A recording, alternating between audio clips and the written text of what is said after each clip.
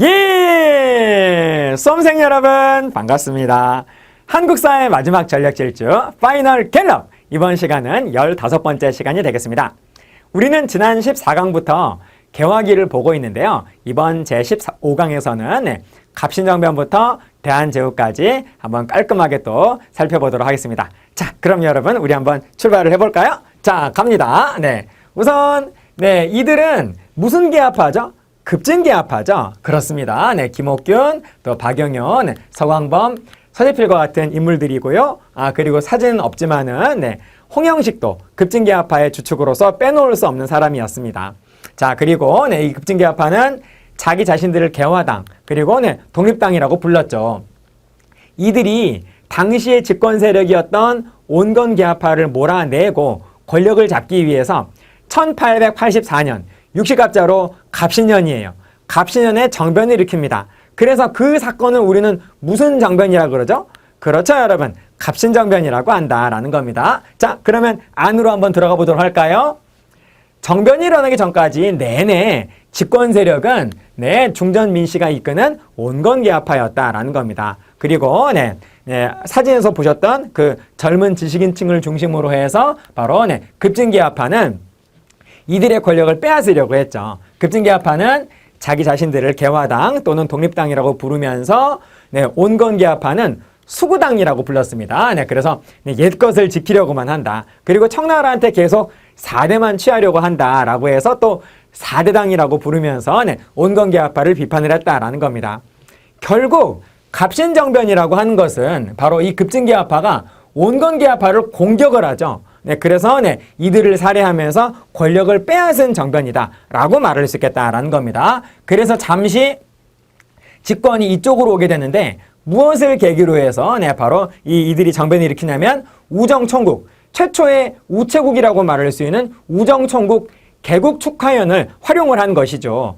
그리고 이때 최초의 우체국장인 우정국 총판이 바로 홍영식이 취임하게 됨으로써 이러한 개국 축하연은 급진계합파가 주도할 수 있게 되었습니다. 이러한 유리한 이점을 살려서 바로 이들이 바로 일으킨 정변이 바로 갑신정변이고, 잠시 성공해서 바로 이들이 집권을 하게 되지만은 결국 이들은 실패하게 되죠. 일단은 3일째 되는 날 신정부를 수립을 하면서 혁신정강 14개조를 개혁정강이라고도 하고요. 발표하는 등 뭔가 시작을 해보려고 하였으나 이들의 집권은 3일밖에 가지 못한다. 여러분, 창덕궁으로 어느 나라 군대가 들어오게 되는 거죠? 그렇죠. 바로 청군이 들어오게 되면서 결국 이들이 패하면서 결국 이 갑신정변은 3일 만에 실패로 끝나고, 그리고 급진계합파는 모두 일본으로 망명을 하게 되지요. 홍영식은 3일째 되는 날 청군한테 살해를 당하고요. 그렇습니다. 자, 그래서 이것이 바로 갑신정변의 전개 과정이라고 말씀드릴 수 있겠고요. 다음 이제 결과 보시겠습니다. 무슨 사건이 있으면 그 다음에 무슨 조약을 체결했느냐라고 하는 거 여러분 흔들리시면 안 됩니다. 갑신정변 끝나고 조선과 일본이 맺은 조약은 무슨 조약이냐면 한성조약이죠. 여러분 퀴즈 내볼까요? 이모군란 끝나고 맺은 조약은 무슨 조약이죠? 제물포 조약이고, 갑신정변 끝나고 맺은 조약은 한성조약이다라는 겁니다. 이모군란이나 갑신정변이나 모두 2번 이 일본 공사관이 불타거든요. 2번 모두. 그래서 제물포 조약 때에는 배상금 55만 원에다가 일본 경비병, 그게 바로 제물포 조약이 되는 것이고, 이 한성조약은 배상금이 10만 원이에요. 10만 원이고, 그리고 이때 다시 이제 일본 공사관을 신축하게 되었는데 새로운 땅에다가 짓겠다라고 해서 신축 부지를 내놔라 라고 했습니다. 그래서 신축 부지 나오면 한성조약이 되겠다라는 겁니다. 10만 원 신축 부지 한성조약 기억해 주십시오. 자, 그 다음에 청나라하고 일본이 자기들끼리 조약을 체결해요. 텐진에서. 그래서 여러분 이걸 무슨 조약이라고 그런다? 텐진 조약이라고 한다라는 겁니다. 당시 청나라하고 일본 군대가 모두 한양에 있었죠. 그래서 한성에서 모두 이 두 나라의 군대는 철수한다. 그리고 어떤 이유로 해서 다른 어느 한 군대가 다시 조선에 들어오게 되었을 때에는 다른 상대방한테 바로 통보를 한다 라고 하는 자기들끼리의 네, 약속을 바로 체결한 게 바로 뭐냐면 텐진조약이 된다라는 겁니다. 네. 그래서 동학농민운동 당시에 우리 조선 조정은 청나라한테 파병 요청을 했어요. 그런데 그래서 청나라 군대는 왔는데 일본한테는 파병 요청을 안 했는데 일본군은 우리의 네, 요청 없이 그냥 오거든요. 불청객으로 오거든요. 뭘 근거로 해서 오냐면 텐진조약을 근거로 해서 왔다라는 것입니다. 네. 동학농민운동에 또 보시게 될 거예요. 자, 그리고 네, 무엇보다도 네, 여러분 이모군란도 그렇고 갑신정변도 그렇고 모두 어느 나라가 해결해 주죠? 청나라가 해결해 주죠. 그래서 네, 이모군란 때도 그랬고 그리고 네, 갑신정변 끝난 다음엔 더더욱 청에 대한 조선에 대한 청의 내정 간섭이 심화된다라는 것입니다. 네, 그렇게 여러분 기억해 주십시오. 네. 자, 그러면 여러분 이제 갑신정변은 이제 이것으로 마무리가 좀 됐고 갑신정변 직후의 상황으로 우리 한번 가보도록 하겠습니다. 네. 자, 보실까요, 여러분? 자, 갑신정변 이후에 무슨 섬이 이제 등장하지 않습니까? 우리 조선의 어떤 섬을 네, 서양의 어떤 국가가 3년 동안 네, 불법으로 점거하죠. 아, 그렇습니다, 여러분. 이렇게 3년 동안 무슨 도를 점거하죠? 그렇습니다. 거문도를 점거하는 거문도 사건이 일어나게 되는데 이 거문도 사건은 어느 나라가? 영국이 그렇습니다. 네. 당시 국제적으로 앙숙관계였던 어느 나라를 견제하기 위해서 그렇죠. 러시아를 견제하기 위해서 네, 영국이 거문도 사건을 일으키죠. 아, 그래서 이 거문도 사건 이후부터 점점 이 조선이 조선 안에서 뭔가 국제전쟁이 일어날 것 같은 그런 어떤 불길한 예감이 감돌았다라는 겁니다. 아, 그래서 당시에 두 사람이 네, 우리 조선을 중립국가로 만들자라고 하는 조선 중립화론을 주장을 해요. 한 사람은 독일인이고 한 사람은 네, 개화지식인이었습니다. 여러분 독일인 누구죠? 부들러. 그리고 개화지식인 유길준. 바로 이러한 사람들의 조선 중립화론도 있다라는 겁니다. 자, 여러분 다시 한번 네. 자, 이와 같은 내용들은 네, 무슨 정변 이후의 직후의 상황이다? 갑신정변 직후의 상황이다라는 거를 또 놓치시면 안 되겠습니다. 네. 자, 그러면 여러분 우리 네, 이것으로 이제 네, 마무리하시고 네, 이제 우리는 네, 동학농민운동으로 바로 들어가도록 하겠습니다. 동학농민운동으로 들어가기 직전에 우리는 동학에 대해서 조금 더 알아보셔야 될 게 있어요. 네, 자, 여기서부터 하겠습니다. 네. 자, 여러분 시 하나 감상하십시다. 시 하나. 네. 절명시라는 거는 목숨이 끊어질 때 네, 그때 쓰는 시를 바로 절명시라고 합니다. 네. 자기 자신이 사형집행을 당하기 직전에 또는 자기가 자살하기 전에 아무튼 자기의 생이 곧 네, 얼마 안 남았을 때 그때 유서처럼 쓰는 시를 바로 절명시라고 한다라는 겁니다. 네. 절명시 여러분 한번 감상해 보실까요? 네. 누구의 절명시일까요? 네, 보시겠습니다. 네. 때가 오니 하늘과 땅이 모두 힘을 합쳤지만 여러분 뭔가 다 같이 들고 일어났다라고 하는 거를 어느 정도 네, 유추해 볼 수 있겠죠? 그런데 여러분 다음 때가 가니 영웅도 제 힘을 쓸 수가 없구나. 여러분 그 거사가 성공했다는 얘기인가요? 실패했다는 얘기인가요? 실패했다는 얘기입니다. 네. 자, 네. 백성을 사랑하고 의의를 바로잡았을 뿐 우리에게는 잘못이 없다. 여러분 여기에서 뭔가 보국 안민과 척외양창의의 어떤 정신이 느껴지지 않으십니까? 그래서 여러분 네. 나라 위한 일편단심 그 누가 알아주리요. 여러분 네. 이 멋진 시를 쓰신 분은 바로 이분입니다. 네, 바로 전봉준이죠. 네, 그래서 네, 전봉준이 결국 네, 잡혀서 처형당하기 전에 네, 바로 쓴 시가 바로 이 절명시가 되겠다라는 겁니다. 네, 기억해 주시고요. 자, 이와 같은 이 시가 또 제시문으로 또 나올 수 있어요. 그래서 네, 우리가 조금 이거를 익혀놔야만 전봉준, 동학농민운동 이런 식으로 바로 연결이 될 수 있다라는 겁니다. 네, 기억해 주시면 좋을 것 같아요. 네. 자, 그런데 여러분 절명시가 하나 더 있습니다. 네, 요것도 감상하시겠어요? 네. 얼굴을 먼저 보여드린 이유는 이 전봉준만큼 얼굴이 유명하진 않으시거든요. 그런데 여러분, 네, 이 절명시도 가능성이 있습니다. 네, 보세요. 네. 새와 짐승도 슬피 울고 바다와 산도 찡그리니 여기까지 모르겠고 여러분 무궁화 이 세상이 침몰해 버렸으니 대한제국이 망했군요. 그래서 이분이 대한제국이 멸망하자마자 울분을 참지 못하고 결국 독약을 마시고 음독 자살을 하십니다. 바로 그 음독 자결을 하기 직전에 남기신 유언과 같은 시가 바로 절명시가 되겠다라는 겁니다. 좀 더 보실까요? 가을 등불 아래 책을 덮고 지난 날을 돌이키니 인간 세상에 지식인 노릇하기가 어렵기도 하구나. 개화기의 3대 문장가로 이렇게 평가되기도 하시는 당대 최고의 문장가이면서 동시에 시인이었던 굉장히 유명한 또 문헌도 남기셨습니다. 그래서 여러분 보세요. 1910년 9월 10일 여러분 한일합방이 1910년 8월 29일이거든요. 그러니까 한일합방 직후 열흘 정도 후에 그러니까 엄밀히 말하면 일제강점기가 되는 거죠.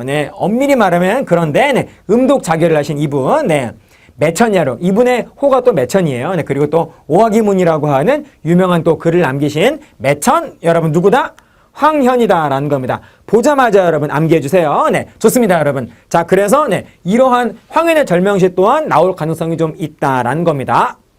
자, 그리고 여러분 1519년 기묘사화로 중종 때 사약을 마시면서 결국 돌아가신 분이 바로 조광조 아니겠습니까? 조광조의 절명시도 있다라는 겁니다. 오케이. 좋아요, 여러분. 자, 그럼 여러분 순서대로 보실까요? 자, 이제는 동학의 교세 확대와 교조 신원운동 요거를 이제 먼저 보시겠습니다. 이것은 모두 동학의 2대 교주인 최시영의 활동이에요. 최시영의 활동. 동학을 창시한 1860년에 동학을 창시한 최재우는 동학이라는 종교의 바로 시조죠. 그러니까 교조이면서 제1대 교주였는데 최재우는 동학 창시하고 4년 만에 1864년에 바로 처형되거든요. 그래서 자기가 곧 잡힐 것을 예감을 한 최재우는 자기 제자인 최시영한테 2대 교주의 자리를 물려주고 그 다음에 잡혀서 처형당합니다. 그래서 그 다음부터 바로 최시영이 바로 이와 같은 활동을 열심히 한다라는 겁니다. 자, 최시영은 포접제를 활용을 해요. 이거는 동학이 당시에 가지고 있었던 네트워크망, 비상연락망이었다라고 이해할 수 있겠습니다. 접은 그 동학의 그 접선 장소, 연락사무소라고 이해하시면 되겠습니다. 그래서 각각의 각 지역마다 있는 접들은 그 연락사무소가 되는 거고요. 그 연락사무소의 대표가 되는 접의 대표는 접주라고 했습니다. 그리고 몇 개의 연락사무소인 이 접들을 포함하는 좀 더 넓은 면적을 뭐라 그랬냐면 포함한다라고 해서 포라고 했다라는 거죠.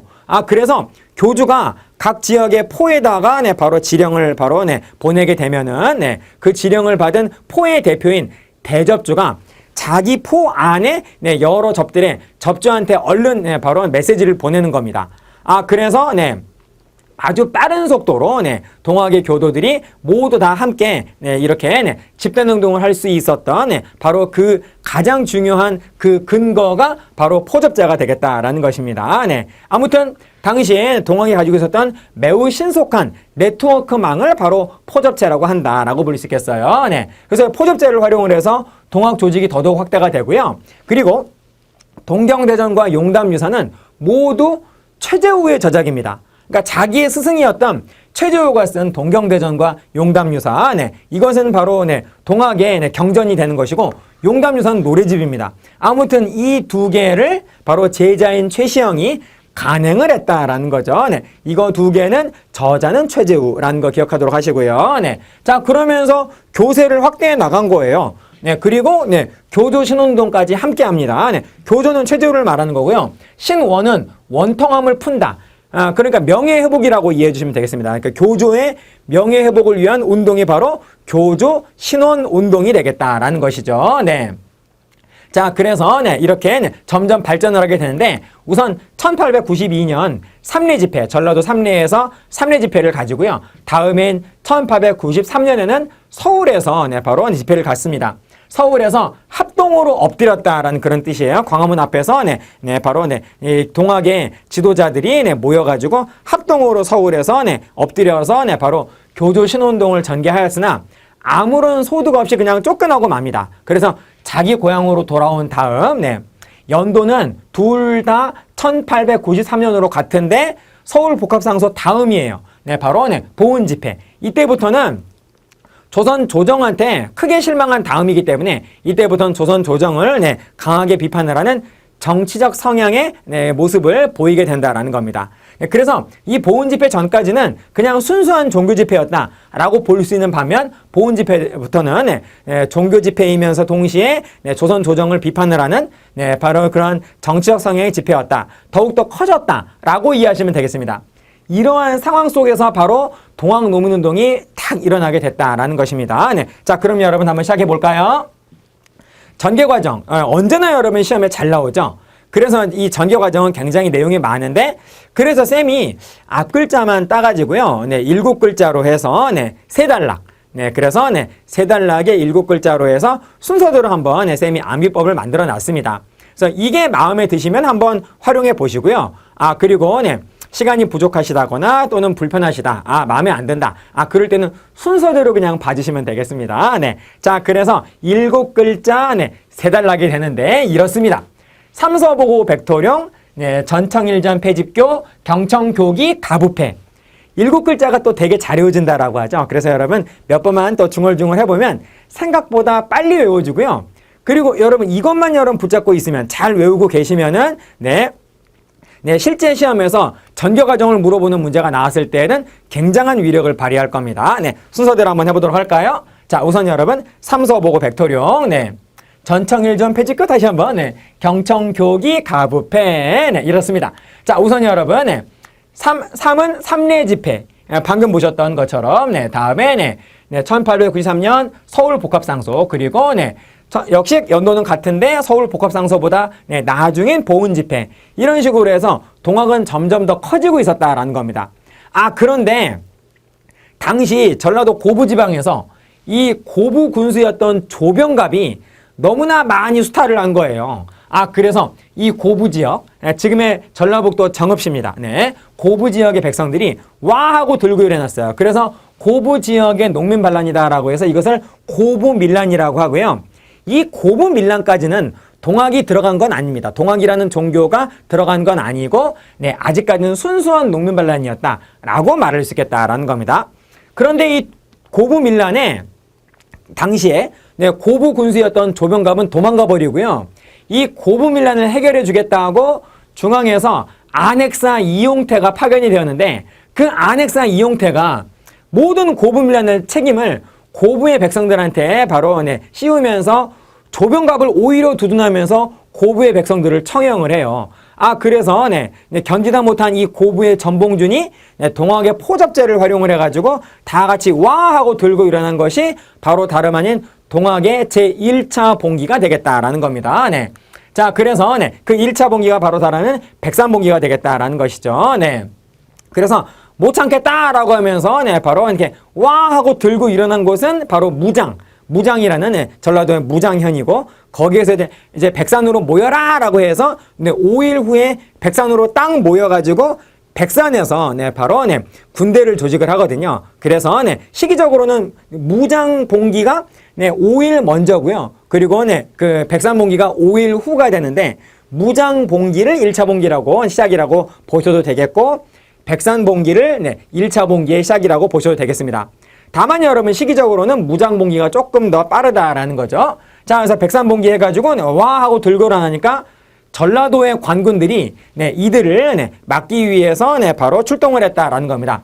전라도에서 출동을 한 전라도 가면군, 전주에서 출동을 한 이 전주 가면군들을, 전라도 가면군들을 어디에서 격파하냐면 바로 황토현 전투에서 격파를 해요. 그래서 전라도 지역에서는 이 동학노민군을 막을 군대가 없어진 겁니다. 그래서 조선 조정은 바로 서울의 정예의 관군인 경군을 바로 이 지역으로 파견을 합니다. 그래서 서울의 경군과 한판 붙은 게 황룡천 전투.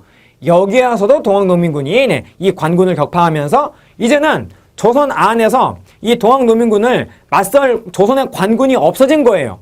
그러자 이때 바로 이 조선 조정은 언제나 위기 상황에 바로 도와줘라고 이게 손을 흔드는 그 나라 있지 않습니까? 바로 청나라한테 파병을 청을 하게 된다라는 겁니다. 자, 그 다음 달락으로 한번 가보도록 할까요? 삼서보고 백토룡했고, 자, 그 다음에 여러분 이렇게 승리한 동학농민군이 드디어 보무도 당당하게 네, 전라도의 당시 중심 도시였던 전주성을 점령을 해버리고 만다라는 겁니다. 네, 그래서 다급해진 이 조선 조정은 네, 한편으로는 동학농민군하고 휴전협상을 진행을 하고요. 또 한편은 이 휴전협상이 네, 결렬됐을 때를 대비를 해서 네, 바로 청군한테 파병 요청을 한다라는 겁니다. 네, 자, 그래서 청군 파병 요청해가지고 청군은 바로 와요. 그런데 이때 네, 부르지 않았는데 누가 오냐면 일본군도 그냥 옵니다. 불청객이에요. 텐진 조약을 근거로 해서 네, 바로 그냥 온다라는 겁니다. 자, 그랬는데 이러한 어떤 상황에서 네, 예상을 깨고 네, 바로 조선 조정과 네, 동학농민군 간의 네, 바로 조약이 네, 화해 약속이 체결이 되게 된다라는 겁니다. 자, 그래서 이때 그 전주에서 체결이 된 화해 약속을 바로 전주화약이라고 하고요. 전주화약의 내용대로 이제 이 전라도 지역은 바로 동학농민군이 직접 자치를 하게 됩니다. 그리고 이때 동학농민군이 내놓았던 개혁안이 있는데 그게 바로 뭐냐면 패전개혁안이 되겠어요. 폐단이 있는 정치를 개혁하는 개혁안이다라고 해서 패전개혁안이라고 하는 이러한 개혁안을 동학농민군이 내놓았고, 이 패전개혁안을 바로 동학농민군은 전라도 지역을 자치하면서 집강소를 53개 집강소를 전라도의 요소에다가 배치해가지고 집강소를 통해서 전라도 지역을 자치하면서 이 패전개혁안을 실천을 해 나가게 되고요. 그리고 이 패전개혁안을 또 조선 조정에 제출을 해가지고 이 패전개혁안대로의 개혁을 요구하게 됩니다. 그래서 조선 조정은 패전개혁안을 받아서 그대로 개혁을 하기 위해서 어떤 개혁기구를 설치하냐면 교정청이라고 하는 개혁기구를 설치한다라는 것이죠. 네.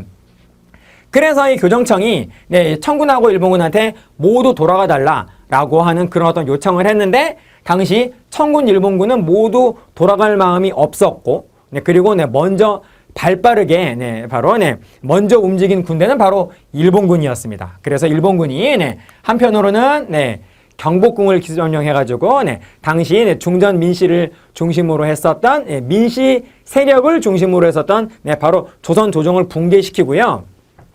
민씨가 아닌 그 신하 가운데에서 대신 가운데에서 가장 서열이 높았던 김홍집을 우두머리로 해서 새로운 정부를 구성을 시킵니다. 그 새로운 김홍집을 중심으로 한 그 새로운 조선 정부를 바로 김홍집 내각이라고 부른다라는 거죠. 김홍집 내각을 바로 탄생을 시키고, 그 다음에 아산만에 정박해 있던 청나라 군대를 기습 공격해가지고 청일전쟁을 일으켜요. 그리고 그 다음에 바로 이 교정청을 조선 조정이 스스로 만든 교정청을 폐지하면서 군국기무처를 바로 설치를 하게 된다라는 겁니다. 그래서 음력으로 따지면 6월 21일 경복궁 기습점령, 그리고 6월 이틀 후 23일 청일전쟁, 그리고 교정청 폐지, 군국기무처 설치, 요게 바로 6월 25일이 되겠습니다. 그래서 6월 21일에 만들어진 김홍집 내각, 이게 바로 제1차 김홍집 내각. 김홍집 내각이 4일 후에 바로 군국기무처를 설치하면서 바로 일제 강요를 받아가지고 일제가 우리 조선을 식민지로 만드는 것을 보다 더 쉽게 하기 위해서 조선을 근대화하는 그러한 개혁을 단행하지 않습니까? 여러분, 그 개혁을 무슨 개혁이라 그러죠? 그렇죠, 여러분. 1894년은 여러분 육식갑자로 갑오년이죠. 그래서 갑오년에 바로 시작된 개혁이다라고 해서 갑오개혁이라고 한다라는 겁니다. 갑오개혁은 그래서 이렇게 시작을 하게 되는 거죠.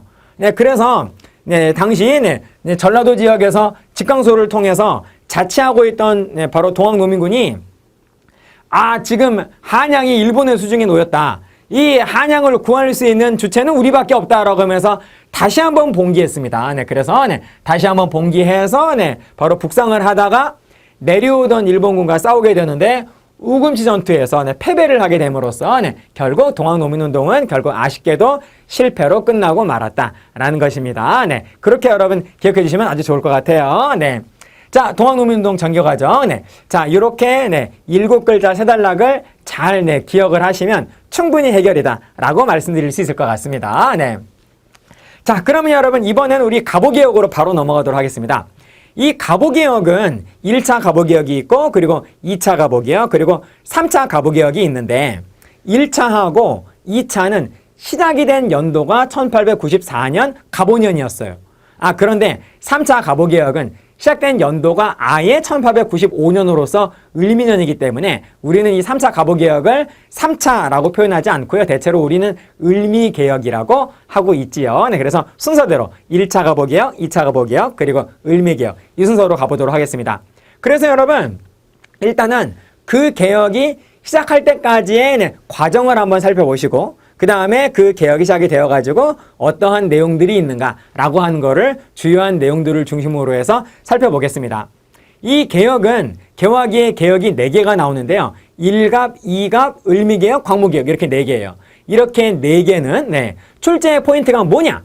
바로 구별입니다. 어떤 하나의 항목이 딱 나왔는데 그게 1갑이냐 아니면 2갑이냐 아니면 을미냐 아니면 광무개혁이냐 이런 식으로 구별해서 물어보는 문제가 참 잘 나오거든요. 그러므로 여기에 맞춰가지고 우리도 구별을 해서 잘 여러분 정리해 놓아야 된다라는 겁니다. 우선 가장 내용이 적은 게 을미개혁이에요. 그러니까 일단 을미개혁의 내용을 딱 외워가지고 어떤 하나의 항목이 나왔을 때 그게 을미냐 아니냐라고 하는 걸 일단 구별해 놓으시고 그 다음에 광무개혁은 성격이 그 앞에 있는 것들하고는 조금 많이 다르기 때문에 충분히 여러분 구별이 됩니다. 마지막까지 우리를 힘들게 하는 거는 그게 1갑이냐 2갑이냐라는 거예요. 그걸 여러분 중점적으로 잘 보셔야겠습니다. 자, 그러면 여러분 갈까요? 네. 자, 제1차 가보게요. 동학농민운동 1차 봉기가 일어났습니다. 자, 그래서 일본군이 바로 파병이 됐어요. 우리가 부르지 않았죠? 안 불렀어요. 그런데 텐진 조약을 근거로 해서 바로 이들은 그냥 왔다라는 겁니다. 그래서 아무튼 조선조정 교정청이 청군한테도 그랬고 일본군한테도 그랬고 좀 돌아가달라라고 했는데 일본군은 이것을 무시하면서 경복궁을 무력으로 점령을 해버리고 만다라는 겁니다. 그러면서 군국기무처를 설치해가지고 여러분 경복궁 무력 점령을 한 바로 그날 바로 중전 민씨 세력을 중심으로 한 이런 어떤 조선조정은 붕괴가 되면서 김홍집을 우두머리로 해서 바로 김홍집 정부를 탄생시켰잖아요. 그것을 바로 제1차 김홍집 내각이라고 한다라는 겁니다. 그래서 그 1차 김홍집 내각이 군국기무처를 또 만들게 된다라는 거죠. 물론 뒤에는 일본이 있는 거죠. 그래서 군국기무처가 설치가 돼가지고 그 다음에 바로 개혁을 강요하게 되어서 바로 그렇게 해서 시작이 된 개혁이 바로 다름 아닌 제1차 가보개혁이다라는 겁니다. 이 과정 여러분 기억해 주시고요. 자, 그러면 1차 가보개혁의 내용으로 바로 들어가도록 하시겠습니다. 자, 1차 가보개혁의 내용. 개국연호를 사용했다. 개국기원 또는 개국기년이라고도 표현을 하죠. 그 전까지 우리는 내내 청나라 황제의 연호를 쓰고 있었어요. 그런데 그거 폐기하고 개국기원을 쓰게 된다라는 겁니다. 여기서 말하는 개국은 이성계의 조선건국을 말해요. 그래서 1392년 이성계가 조선을 건국한 해를 바로 개국 1년으로 봅니다. 그래서 다음해인 1393년은 개국 2년이 되고 이런 식으로 계속 더하면 바로 가보개혁이 이루어졌던 1894년은 개국 503년이 된다라는 거죠. 그래서 개국 503년 이런 식으로 연도를 카운트하게 되었다라는 겁니다. 1갑. 지금 우리가 보고 있는 게 1차 가보개혁이라는 걸 여러분 절대 놓치시면 안 되겠어요. 그게 바로 키가 되겠습니다. 자, 다음, 조선은, 왕의정부 6조로 이어지는 그런 어떤 중앙정치 시스템을 가지죠. 그런데 이때, 의정부는 국정사무와 그리고 왕실사무를 다 맡아서 했잖아요. 그런데 이때 의정부가 오직 국정사무만 하게 하고, 왕실사무는 국내부라고 하는 새로운 기구를 창설을 해서 국내부한테 왕실사무를 줍니다. 그러면서 동시에 6조는 여러분, 8아문으로 개편을 확 해버리죠. 과거제 폐지하고요. 그리고 그리고 이 8아문 가운데에서 호조를 계승한 재정을 담당하는 아문은 무슨 아문이라 그랬냐면 탁지 아문이라 그랬습니다. 탁지 아문으로 재정 일어나 꾀하고 그리고 공사 노비제도 폐지하죠. 그래서 노비제가 없어지게 되면서 청동기 시대부터 있어왔던 계급이 바로 일갑 때 소멸했다라고 하는 겁니다. 자, 그다음 바로 이와 같은 봉건적인 이런 어떤 잔재가 일갑 때 정말 많이 없어지게 된다라는 거죠. 연좌제가 없어진 것도 바로 1차 가보기역이 되는 것이고요. 네. 또 고문 폐지. 네. 고문. 네. 네. 그래서 고문, 정말로 그럴 땐 육체적인 그런 고문을 가한 것도 없어지게 되는 거고. 네. 자, 그리고 네. 재혼. 네. 재혼을 금지한 것도 네. 없애서 네. 과부의 재가를 또 허용을 하게 되었다라는 겁니다. 또 조혼도 금지하죠. 일찍 결혼한 거, 조혼 금지. 아무튼 이와 같은, 네, 이런 그 봉건적인 그런 어떤 잔재는 1차 가보기역 때 거의 대부분 없어진다라고 말할 수 있겠다라는 겁니다. 자, 그 다음 여러분, 네, 2차 가보기역으로 한번 가보도록 할까요? 네, 일본이 청일전쟁에서 우세해진 다음에 어느 정도 좀 정신적 여유가 생겼어요. 아, 그래서, 네, 군국기무처에서 1차 가보기역 때, 네, 했던 거 좀 내놔봐 라고 했더니 일본의 입장에선 너무 마음에 안 드는 겁니다. 아, 그래서, 네, 바로 이들이 본격적으로 개협에 간섭하면서, 네, 군국기무처, 네, 군국기무처한테 일갑을 주도한 군국기무처한테 실망을 했기 때문이죠. 그래서 군국기무처를, 네, 폐지를 해버리고, 네, 당시 일본에 있었던, 네, 가장 친일본적인 인사였던 박영효를 데리고 와서, 네, 김홍집, 박영효 연립내각을 구성을 합니다. 네, 물론 서열은 김홍집이 더 높았기 때문에 바로 이와 같은 내각을 우리는 제2차 김홍집 내각이라고 부르고 있지요. 네, 그렇습니다. 자, 그러나 박영효 쪽에 좀 더, 네, 실권이 있었다라고, 네, 볼 수 있겠고요. 네, 자, 그래서 이 2차 김홍집 내각이 바로, 네, 제2차 가보개혁을 추진하게 된다라는 겁니다. 자, 그래서, 네, 2차 가보개혁이 이제 샥 나오게 되는데, 자, 이 갑에서는 어떤 것들이 있는가 한번 보시겠어요? 네, 자, 우선 여러분, 네, 최초의 근대적인 헌법이라고 할 수 있는 홍범 14조, 네, 고종이, 네, 무무회관을 거느리고 종묘에 나아가서, 네, 바로, 네, 종묘는 여러분, 조선의 군주들의, 네, 바로 신의를, 즉, 네, 위패를 모신 그런 어떤 건물이죠. 즉, 조선 군주의 영혼이 사는 곳이다라고, 네, 우리가 믿고 있는 곳이죠. 거기에 가서, 네, 역대 조선 군주들 앞에서 우리는 드디어 이제, 네, 청나라로부터, 네, 벗어나게 되었습니다라고 하는 독립서고문을, 네, 읽으면서, 네, 그와 함께 홍범사조를 발표했다라는 겁니다. 물론 이것은, 네, 바로 이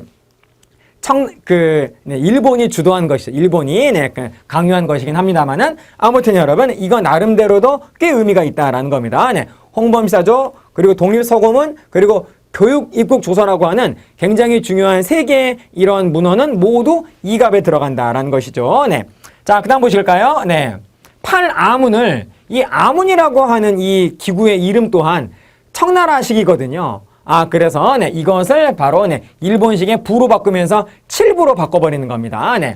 자, 그리고 조선 팔도를, 네, 함경도, 평안도, 네, 황해도, 네, 이와 같은 조선 팔도를 23부로 이렇게 막 찢어버리게 된다라는 거죠. 네, 이것도 이갑대가 되는 거고요. 네. 자, 그리고 아까 말씀드린 교육이야말로 나라를 세우는 근본임을 밝힌 조서. 이거 바로 뭐라 그러냐면 교육이고 조서라 그러죠. 네, 그래서 3대 교육강령으로서, 네, 지혜를 기르고, 네, 또, 네, 덕을 기르고, 또 체력을 기른다라고 해서, 네, 지덕체, 지양, 덕양, 체양이라고 하는 바로 이런 3대 교육강령도 이때 나오고요. 네, 교육기구 조서를 통해서 굉장히 많은 학교들이 만들어지게 되는데, 우선 여러분, 네, 어떤 그 성격의 학교이건 간에 일단 교사를 확보하지 못하면은 개교를 못하지 않겠습니까? 아, 그래서 일단, 네, 교사 확보가 굉장히 중요해서 일단 교육교조서 그 다음에 제일 먼저 만든 게 바로 한성사범학교가 되겠습니다. 자, 그리고, 네, 실무에 필요해서 외국어 학교가 되게 많이 만들어져요. 그래서 어떤 특정한 하나의 외국어를 가르치는 학교가 이제 하나하나 계속 나오게 되는데요.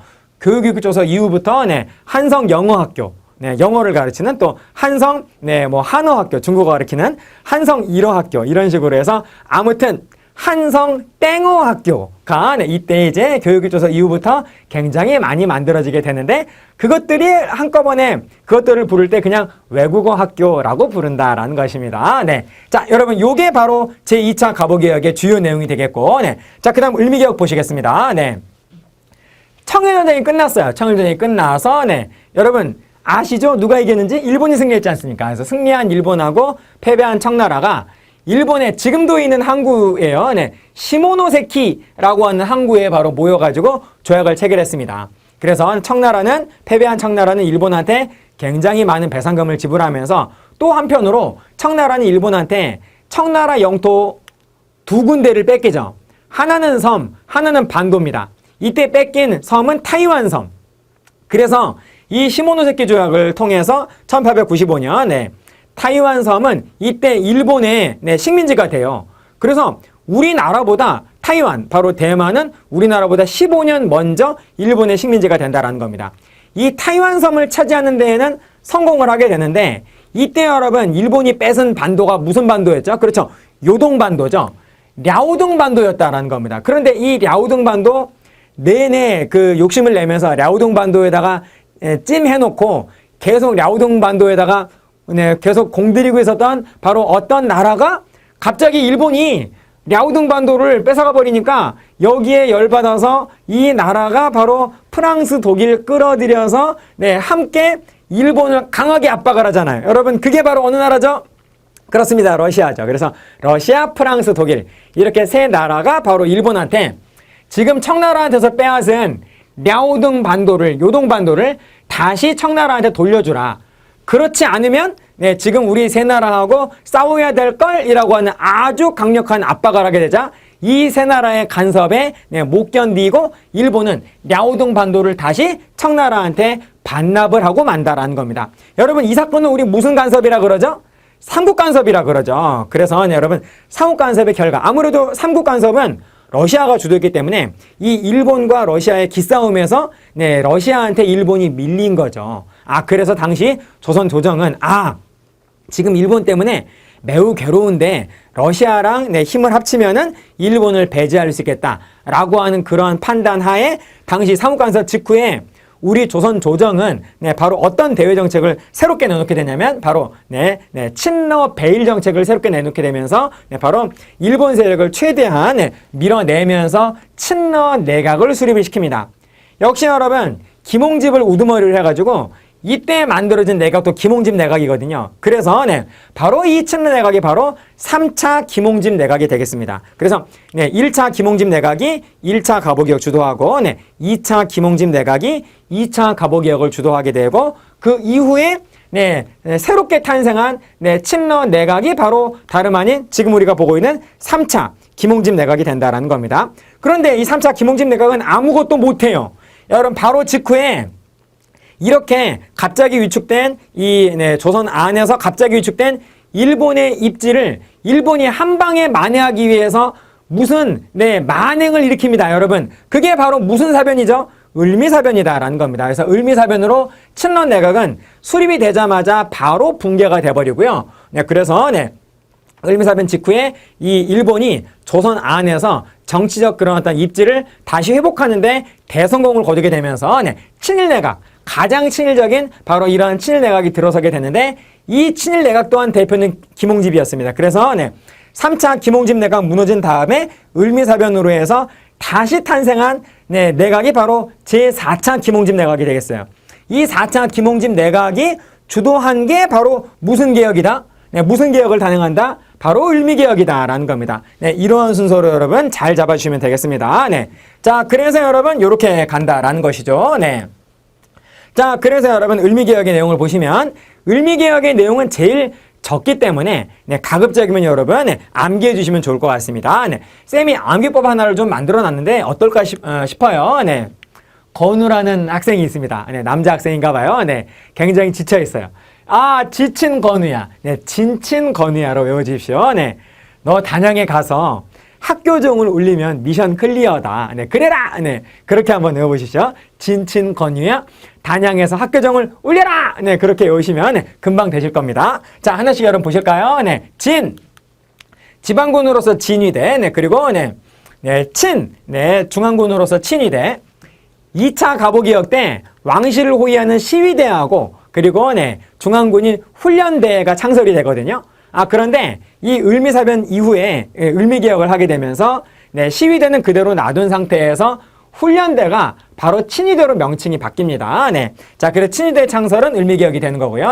다음에 건. 이때 우리는 1차 갑오개혁 때 개국기념 썼죠. 그래서 1894년은 개국 503년, 1895년은 개국 504년 이러고 있다가 우린 연호를 또 바꿔요. 이때 바로 양력을 쓰게 되어서 양력을 세웠다라고 해서 건양이라고 한 연호를 바로 쓰게 된다라는 것입니다. 자, 그리고 이제 우체사 우정총국 개국 축하연 때 값진 장면이 일어나서 최초의 우체국이라고 말할 수 있는 우정총국은 네, 아무런 한 일 없이 그냥 개점 휴업된 상태로 그냥 유명무실했었는데 이것이 이제 을미개혁 때 우체사가 바로 설립이 되면서 본격적인 바로 근대 우편 업무가 시작이 되었다라는 것이죠. 네.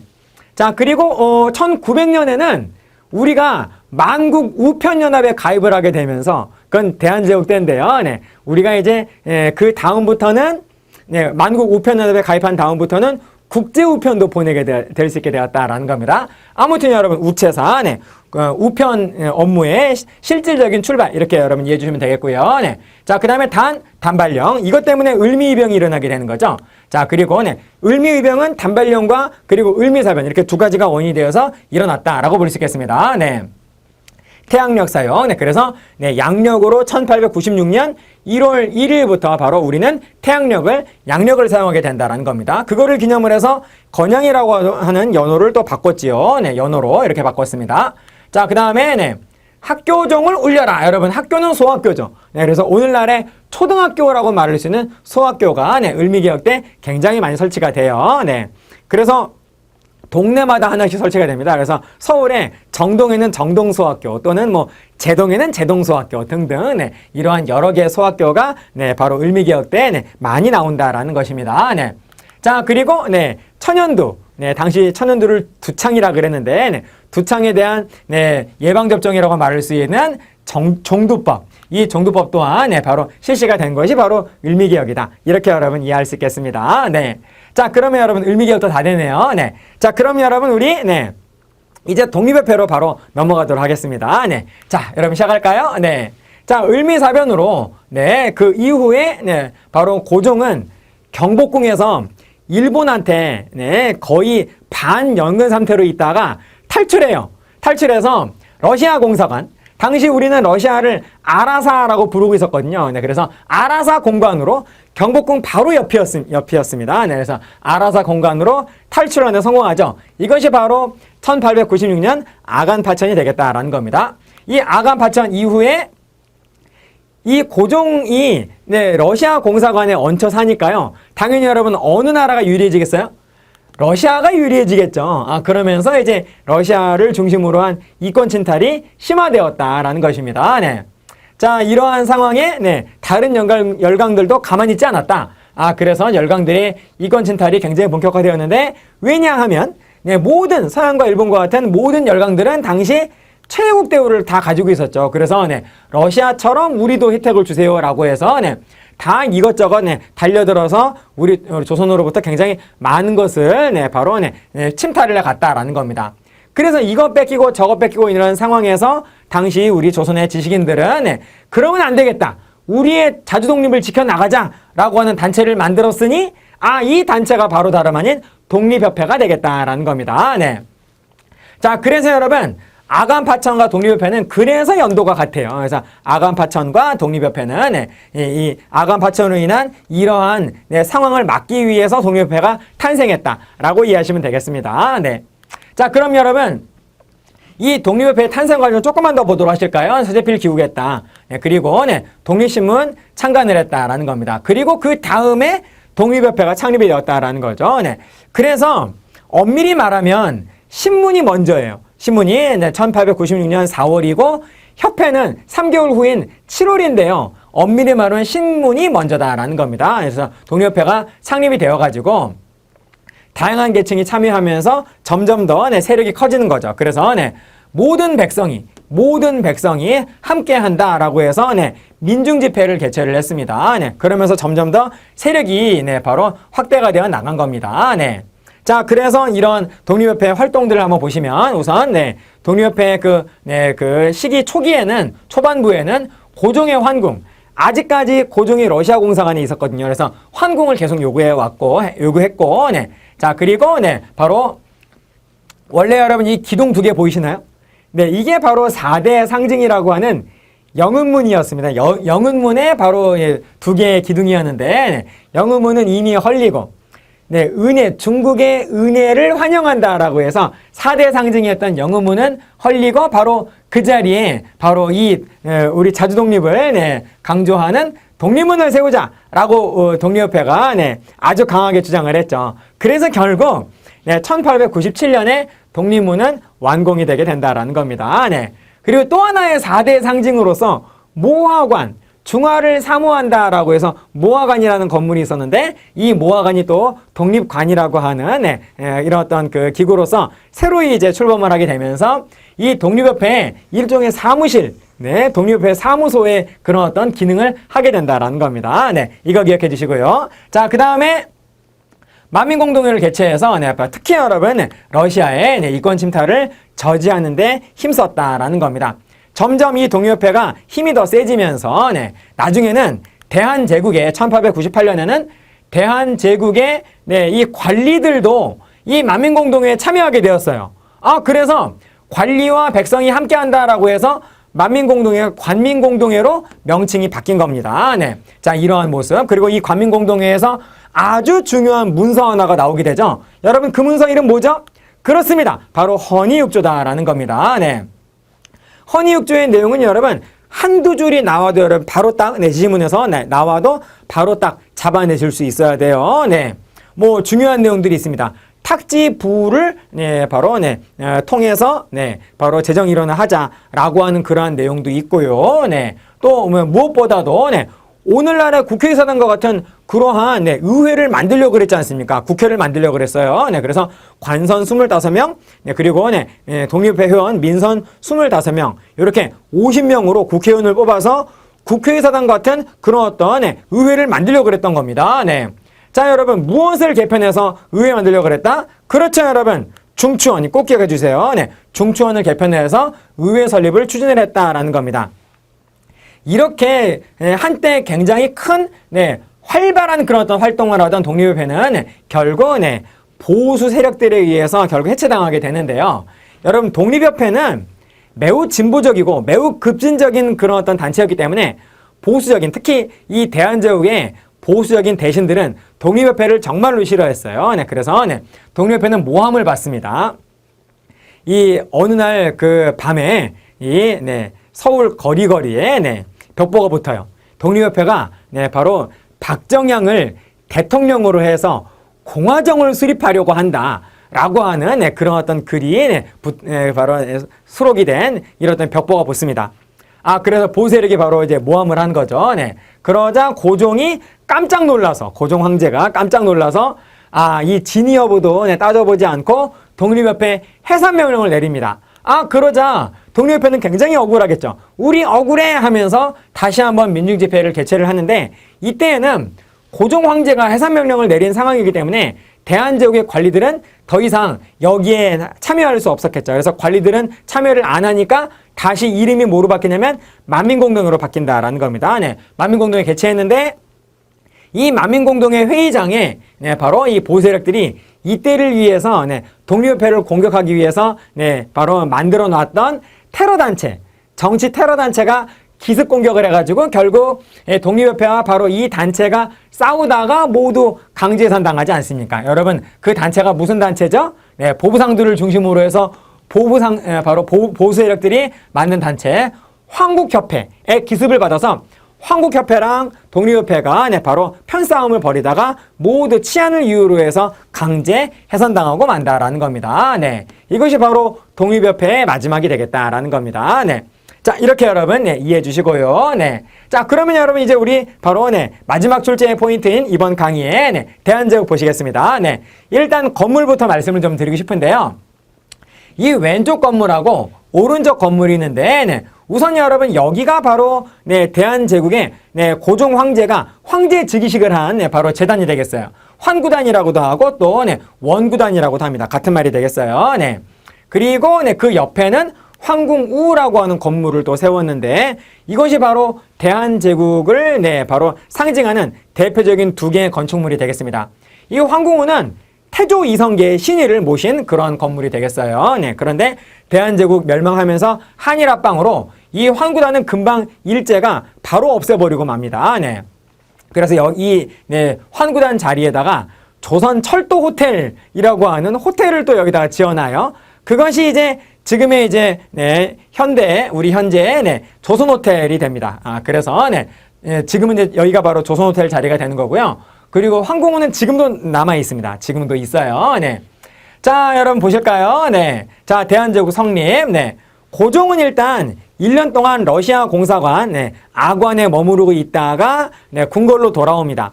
여러분, 고종이 아관 파천을 할 때 어느 궁궐을 탈출했죠? 경복궁을 탈출해서, 네, 러시아 공사관인 아관으로 머물게 되었습니다. 1년 동안. 네. 그리고 그 다음에 다시 환궁할 때 경복궁으로 돌아갔을까요? 아, 그건 아니다라는 겁니다. 네. 경복궁은 아내인 중전민 씨가, 네, 바로 살해를 당한, 정말, 네, 다시는 떠올리고 싶지 않은 그런 어떤 아픈 기억이 있는 궁궐 아니겠습니까? 아, 그래서 고종은 러시아 공사관에서, 네, 환궁을 했을 때 어느 궁궐로 환궁을 했냐면 경운궁으로 환궁을 했다라는 것이죠. 그래서 고종은 이 환궁한 이때부터 이제 죽을 때까지 여기에서 살게 된다라는 겁니다. 네. 그런데 고종은 1907년에 일제에 의해서 강제 퇴위당하거든요. 그래서 그 다음에 바로 이 경운궁이 명칭이 뭐로 바뀌냐면 덕수궁으로 바뀌어요. 네, 아무튼, 네, 경운궁. 그리고 1907년을 기점으로 해서, 네, 고종 퇴위를 기점으로 해서, 그 다음에 명칭 바뀌는 덕수궁에서 살다가 죽는다라는 겁니다. 네.